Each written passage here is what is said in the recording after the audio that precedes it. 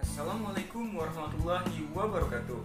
Salam sejahtera, selamat datang di channel Koki MP, komunitas kajian ilmu manajemen pendidikan yang dibina oleh Bapak Amril Muhammad selaku dosen program studi manajemen pendidikan. Perkenalkan, nama saya Ibnu Akram, mahasiswa program studi manajemen pendidikan Universitas Negeri Jakarta angkatan 2019. Pada video kali ini, saya akan membahas mengenai promosi dan pengembangan karir. Adapun buku yang bersumber dari Manajemen Sumber Daya Manusia karya Priyorno Manis. Selamat menyaksikan, semoga bermanfaat. Jangan lupa subscribe, like, dan komennya. Terima kasih. Kesempatan untuk maju di dalam organisasi sering disebut sebagai promosi atau naik pangkat. Suatu promosi berarti perpindahan dari suatu jabatan ke jabatan lainnya yang mempunyai status dan tanggung jawab yang lebih tinggi. Lalu, apa itu promosi? Flippo tahun 1982 menjelaskan promosi adalah perpindahan dari suatu jabatan ke jabatan lain yang mempunyai status dan tanggung jawab yang lebih tinggi.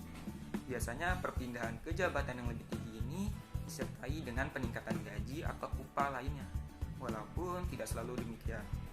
Sikula menjelaskan bahwa promosi adalah suatu perpindahan di dalam suatu organisasi dari satu posisi ke posisi lainnya yang melibatkan baik peningkatan upah maupun status.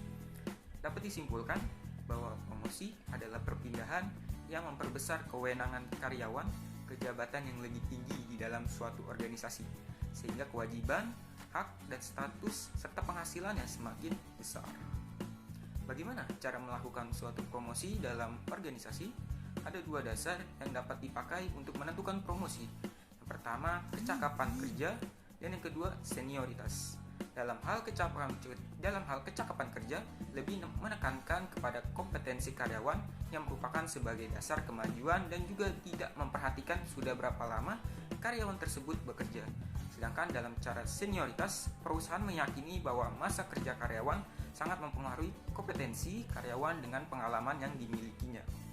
Promosi yang ada didasarkan pada senioritas biasanya didasari pertimbangan sebagai penghargaan atas jasa seseorang yang paling sedikit dilihat dari segi loyalitasnya kepada organisasi.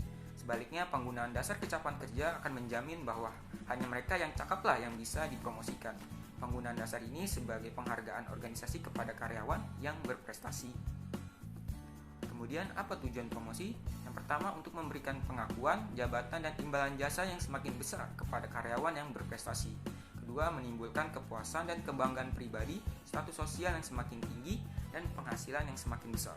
Yang ketiga, untuk merangsang karyawan agar lebih bergairah dalam bekerja, berdisiplin tinggi, dan berpenghasilan yang lebih besar.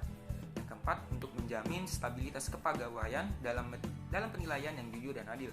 Yang kelima, dalam memberi kesempatan kepada karyawan untuk mengembangkan kreativitas dan inovasinya yang lebih baik.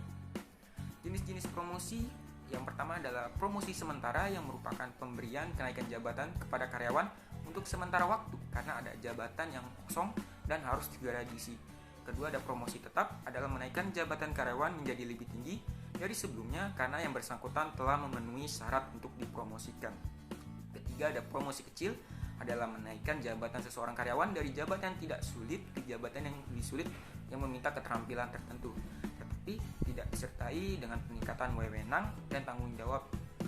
Yang keempat adalah promosi kering, adalah menaikkan jabatan seorang karyawan dengan disertai tanggung jawab, wewenang, tetapi tidak disertai kenaikan upah gaji. Pengembangan karir. Pengembangan karir sendiri bagian dari pola suatu karir, dimulai dari menentukan sasaran, perencanaan, dan pengembangan karir sebagai implementasinya. Pengembangan karir menurut Goodrich dan Ott tahun 1983 adalah usaha yang terorganisir dan terencana, terdiri dari aktivitas atau proses terstruktur yang menghasilkan karir bersama, merencanakan upaya antar karyawan dan organisasi.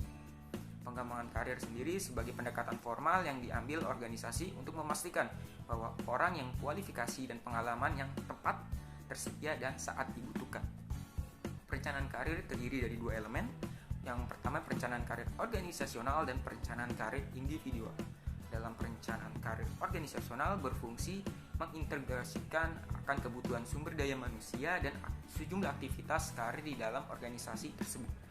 Sedangkan perencanaan karir individual ini terfokus pada individu akan keinginan, keahlian, dan hasratnya untuk menduduki jabatan yang lebih tinggi.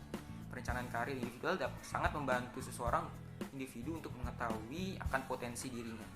Cukup sekian video kali ini. Semoga bermanfaat. Wassalamualaikum warahmatullahi wabarakatuh. Terima kasih.